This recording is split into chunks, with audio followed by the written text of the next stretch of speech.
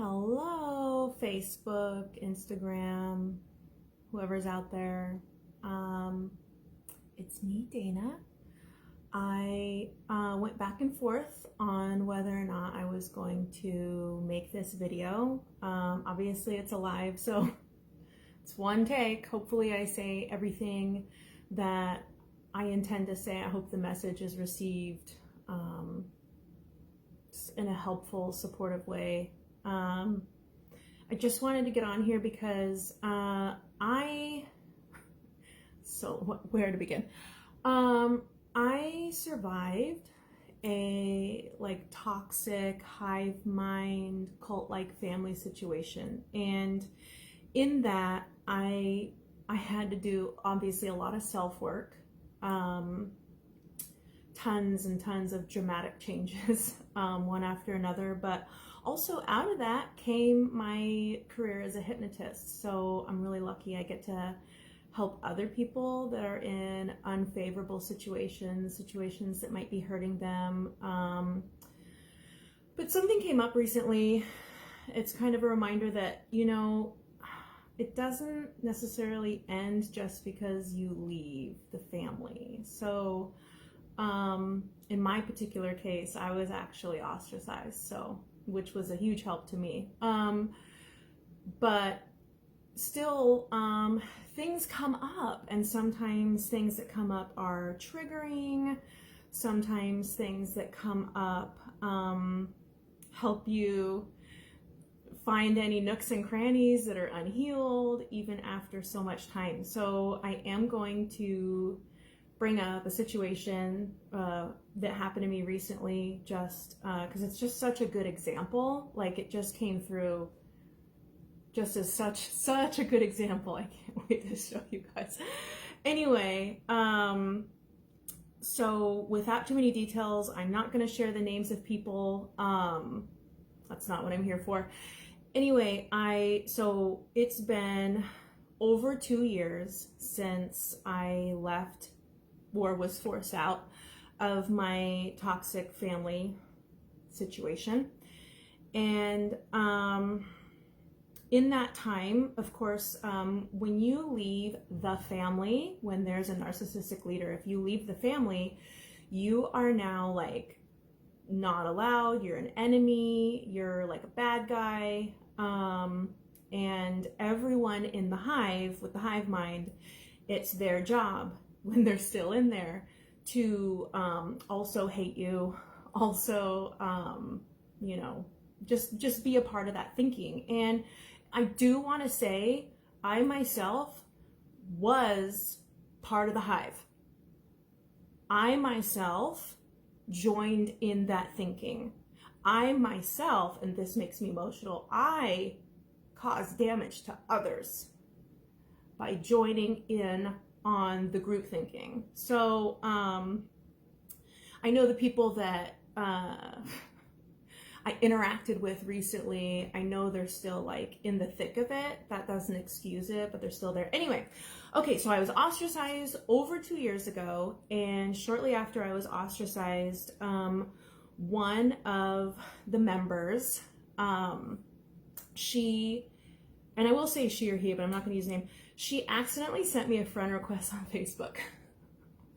And so I just was like, okay, I'm going to give her the benefit of the doubt. I'm going to assume that, it says slow connection.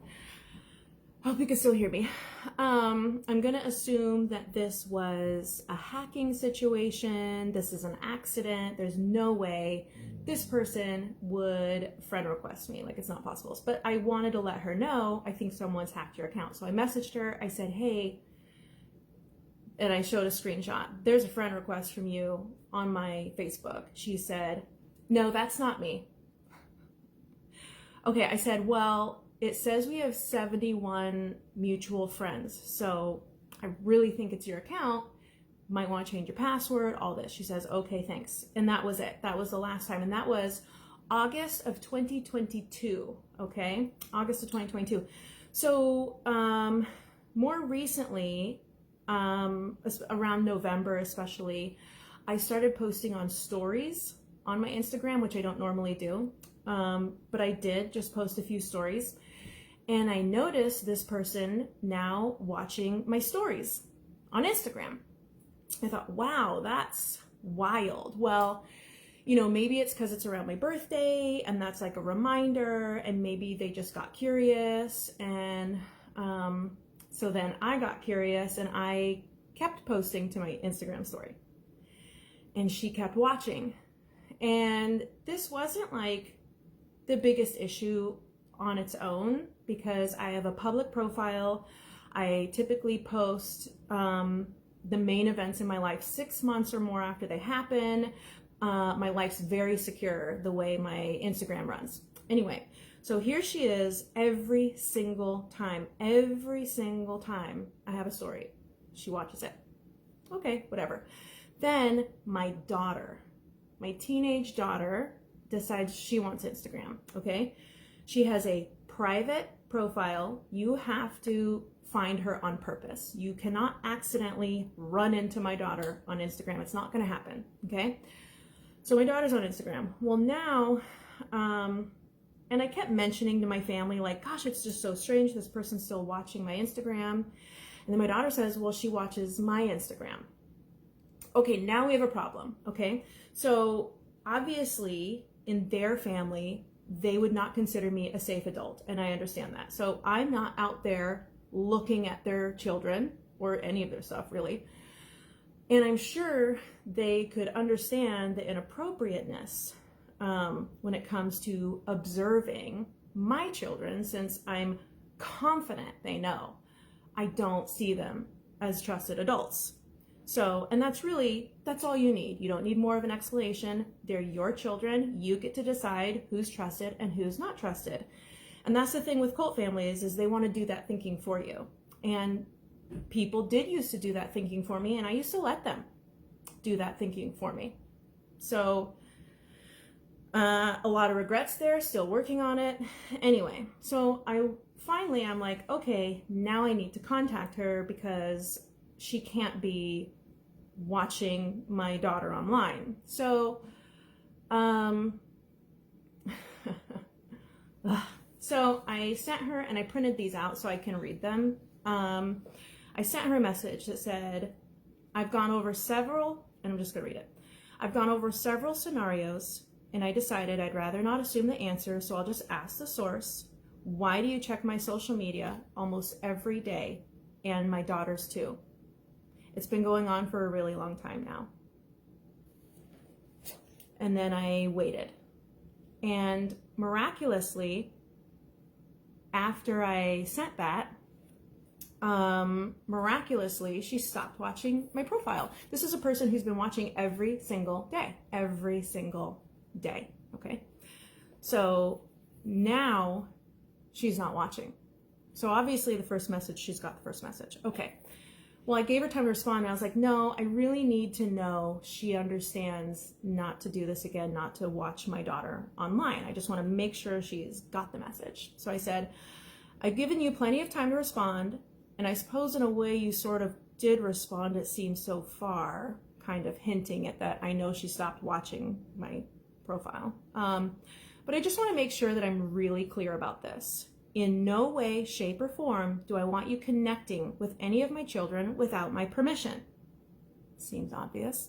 At this point, you absolutely do not have my permission to engage with or observe my children. That being said, my profile is public. I have nothing to hide. I'm a legal adult, and this is America.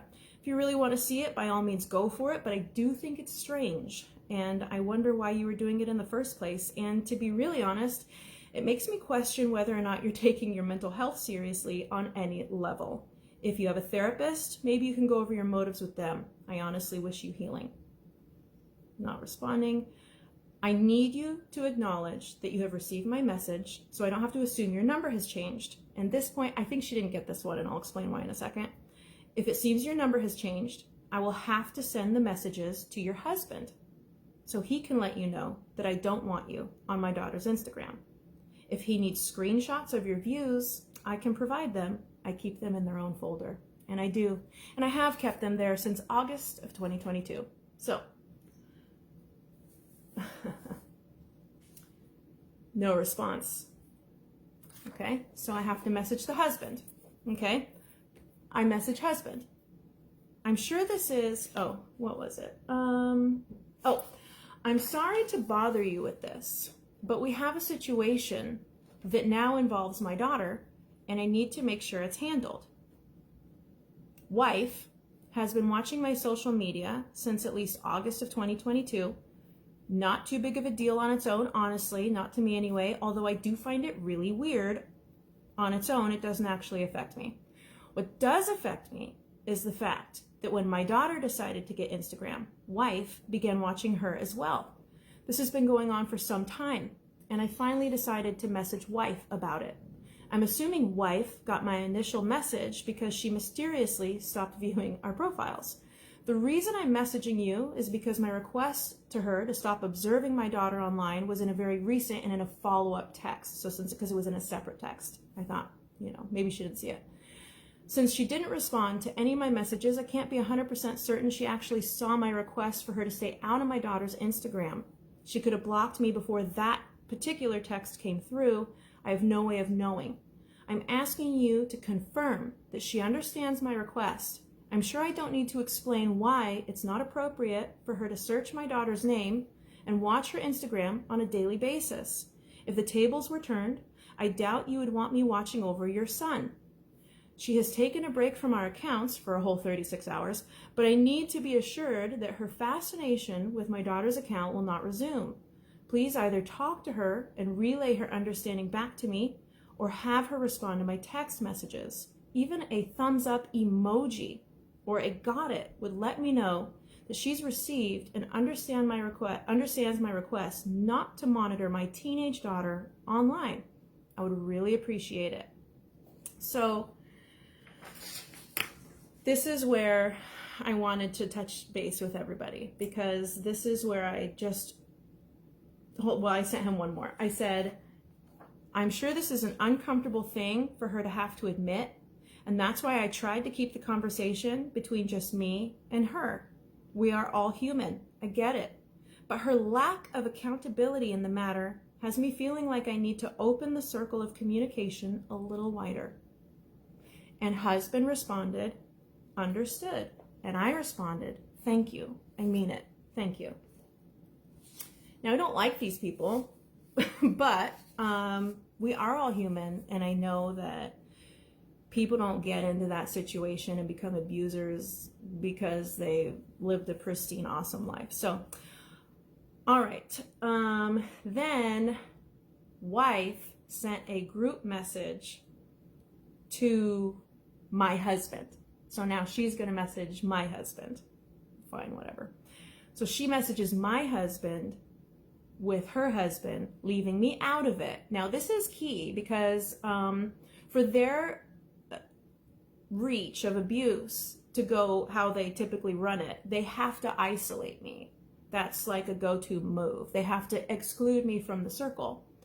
So it said, because of what I chopped off at the very beginning. It said, Dana messaged, she sent them to me as well, but I have Dana's number blocked on my phone, so I would have not received them. Regarding the profile viewing of your daughters and hers has been resolved. I have blocked them both off our page. Please let Dana know that this, and please ask that she not reach out to us, any of us. Neither me nor my husband feel okay to reply or have any communication with Dana herself. Thank you. I wish you and the children the best. So, and this has been going on the whole time, a sweetness to my husband, isolating me because I caused the problem, because I spoke up and said that I can't accept various forms of abuse, past, present, or future. And so that makes me a public enemy of the Hive. So, as you can see, clear as day in the messages, I made a very normal, reasonable request that an adult who knows they're not a trusted adult not follow my child's private profile online, just as I've been respecting their family.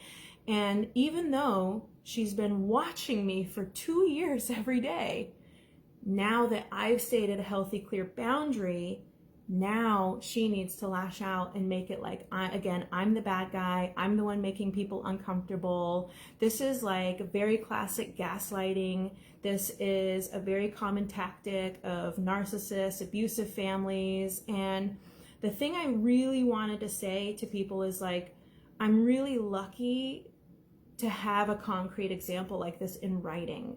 It's pretty clear what's going on in their own words. They've made it clear. And normally in a toxic family situation, you don't get that. Normally the abuse and the toxicity, it's so nuanced that the victims will have trouble putting words to what it is that's actually happening. And that's kind of part of the point. Anyway, so I wanted to go over also hive mind mentality, cult-like behavior, because here you have an individual that's clearly in the wrong, yet you have her husband not doing anything to speak up. He's clearly in support of her toxic behavior, or at least complacent. And that's how the cult family works, is everybody needs to be complacent. When someone who's on the, we'll call it the board. If someone's on the board of trustees of the cult, then you have to support them, even if it doesn't make sense, even if they're being abusive. And while you're in the cult family, you actually might not even realize that what they're doing is abusive or what they're doing is wrong, because you are conditioned in a way that your value system is moved around so that your loyalty to the cult, especially this board of trustees, I'm calling them, is just the most important thing. And so you can't do anything that goes against the unit. You especially can't do anything that goes against the board of trustees. So I went online just to make sure that I used good verbiage describing these things. So what is a hive mind mentality? Hive mind mentality, also known as groupthink, is when a person has a strong tendency to fall for group decision making. If someone has hive mentality, they may feel invulnerable and morally correct when they're part of a certain group. They may also not be able to make decisions on their own.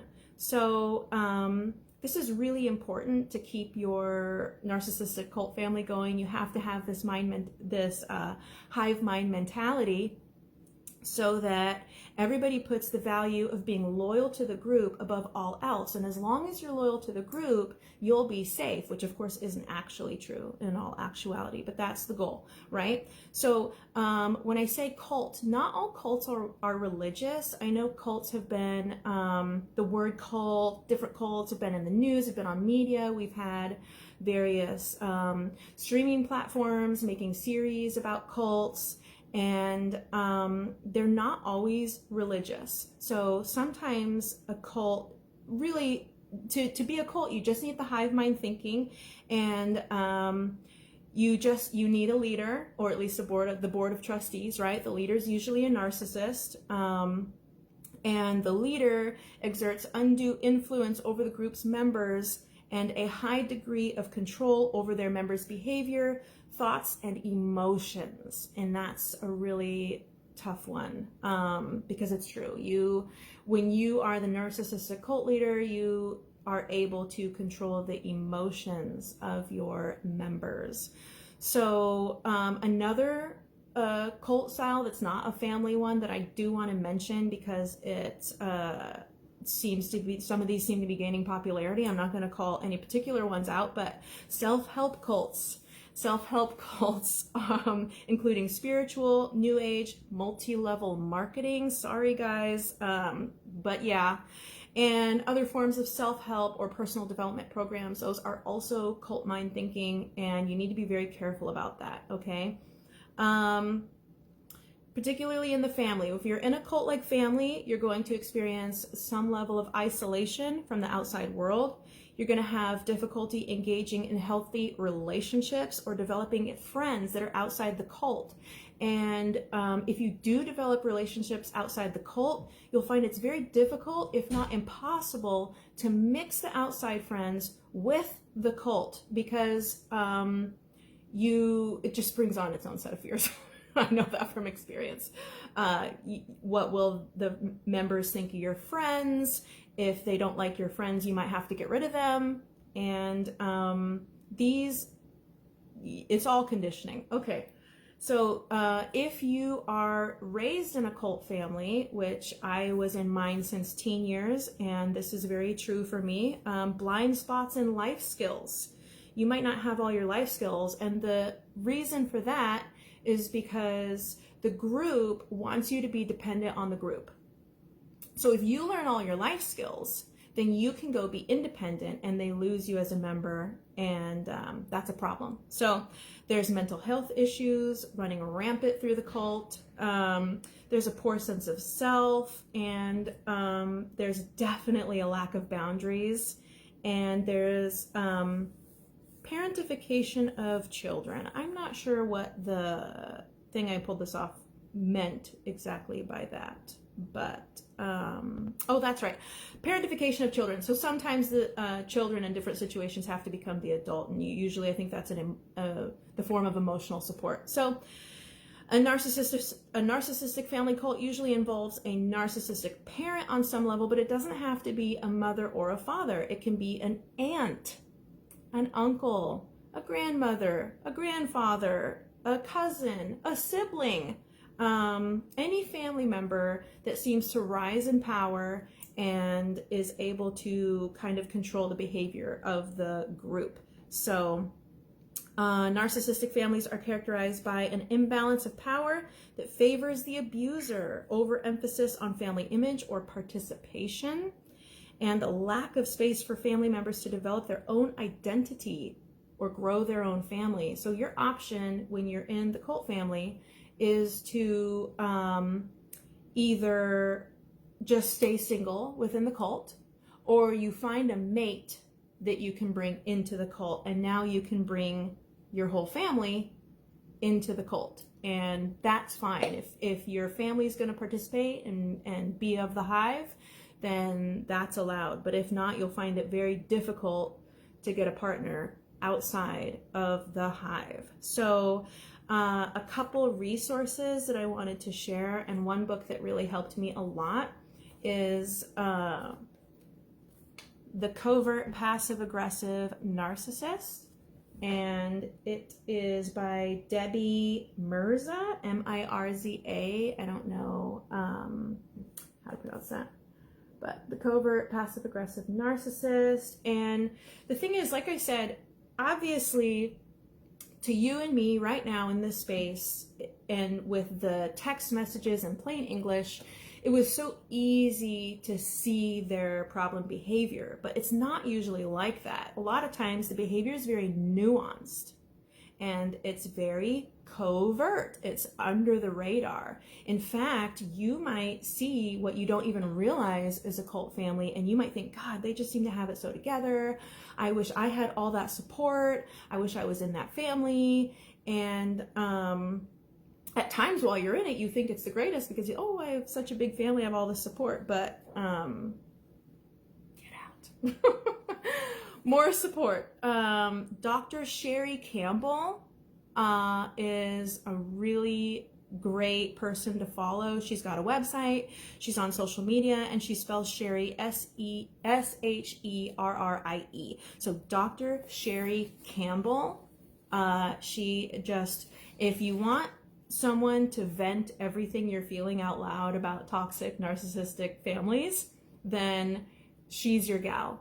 And I think at the end of the day, the most powerful thing you can do is to keep working on yourself, whatever it takes. Just keep finding your own spiritual alignment. This, in a cult family, this is going to feel nearly impossible, but just keep taking all those little baby steps. This is going to form your foundation so that when someone pulls you out of alignment, because they're abusing you, when someone pulls you out of alignment, over time, you're going to start to notice who it is and what they're doing.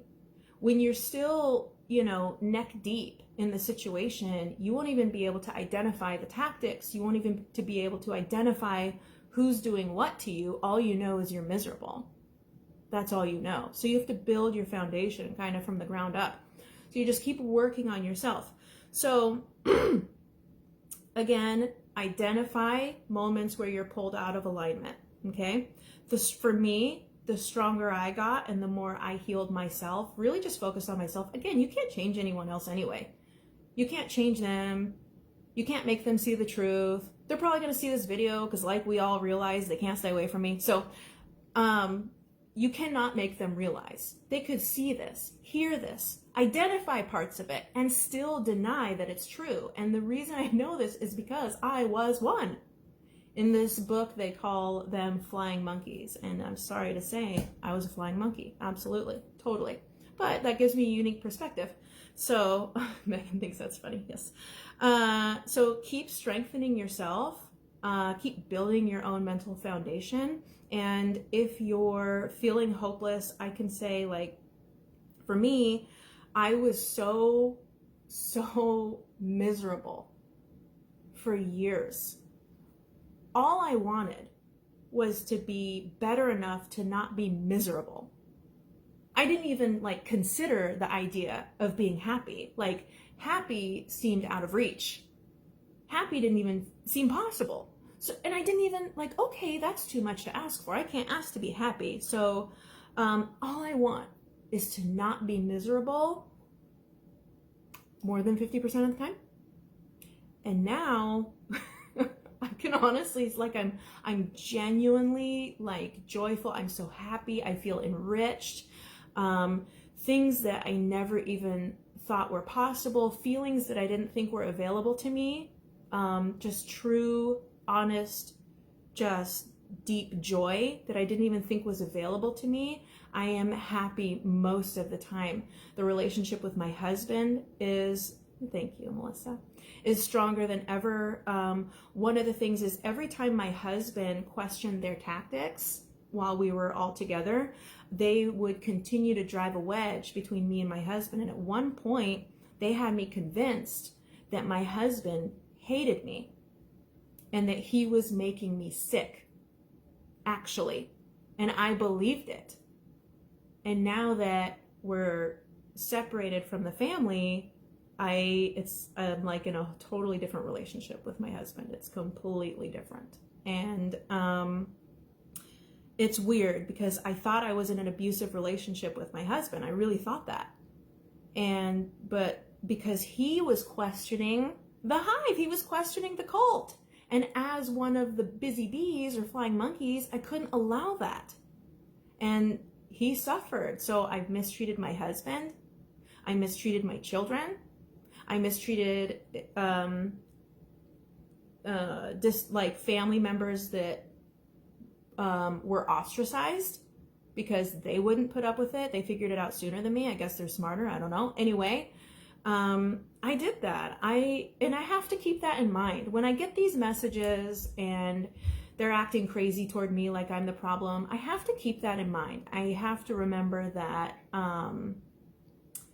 I was in it myself and I believed everything they told me and I acted accordingly. So I try really hard to have some level of compassion, even though they're out of their minds. I was out of my mind too. So I get it. It's not a perfect world. Keep getting stronger. Love yourself. If you're on this earth, then you're supposed to be on this earth. Be nice to yourself. Anyone who makes you feel shame, that's who you need to watch out for. Always. Yeah, that's the message I wanted to give everybody. I feel really brave doing it on a live. Maybe I should have like written it out first. I don't know. Anyway, it's done. It's out there. I'm not deleting it.